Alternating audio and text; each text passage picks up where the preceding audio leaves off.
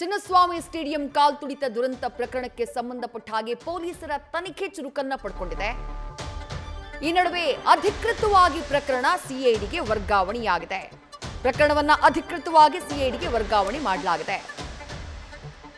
ನಿನ್ನೆಯೇ ಈ ಬಗ್ಗೆ ಘೋಷಣೆಯನ್ನ ಮಾಡಲಾಗಿತ್ತು. ಖುದ್ದು ಮುಖ್ಯಮಂತ್ರಿ ಸಿದ್ದರಾಮಯ್ಯ ಅವರು ಸಿಐಡಿಗೆ ಪ್ರಕರಣವನ್ನ ನಾವು ವರ್ಗಾವಣೆ ಮಾಡ್ತೀವಿ ಅನ್ನುವಂತಹ ಮಾತನ್ನ ಹೇಳಿದ್ರು. ಇವತ್ತು ಅಧಿಕೃತವಾಗಿ ಪ್ರಕರಣವನ್ನ ಸಿಐಡಿಗೆ ವರ್ಗಾವಣೆ ಮಾಡಲಾಗಿದೆ.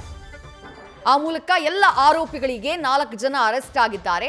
ಅವರನ್ನ ಕೂಡ ಸಿಐಡಿಗೆ ಹಸ್ತಾಂತರ ಮಾಡಲಾಗುತ್ತೆ. ಅದಾದಂತಹ ನಂತರದಲ್ಲಿ ಸಂಜೆ 41ನೇ ಎಸಿಜೆಎಂ ಕೋರ್ಟ್ಗೆ ಈ 4 ಜನ ಆರೋಪಿಗಳು ಯಾರು ಅರೆಸ್ಟ್ ಆಗಿದ್ದಾರೆ ಆ 4 ಜನರನ್ನ ಸಿಐಡಿ ಅಧಿಕಾರಿಗಳು ಕೋರ್ಟ್ಗೆ ಹಾಜರುಪಡಿಸಲಿದ್ದಾರೆ.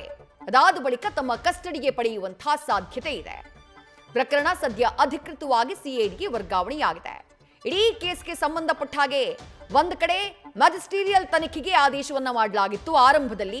ಅದಾದ ನಂತರ ಪ್ರಕರಣವನ್ನ ನಾವು ಸಿಐಡಿಗೆ ಹಸ್ತಾಂತರ ಮಾಡ್ತೀವಿ ಅಂತ ಸರ್ಕಾರ ಹೇಳಿತು.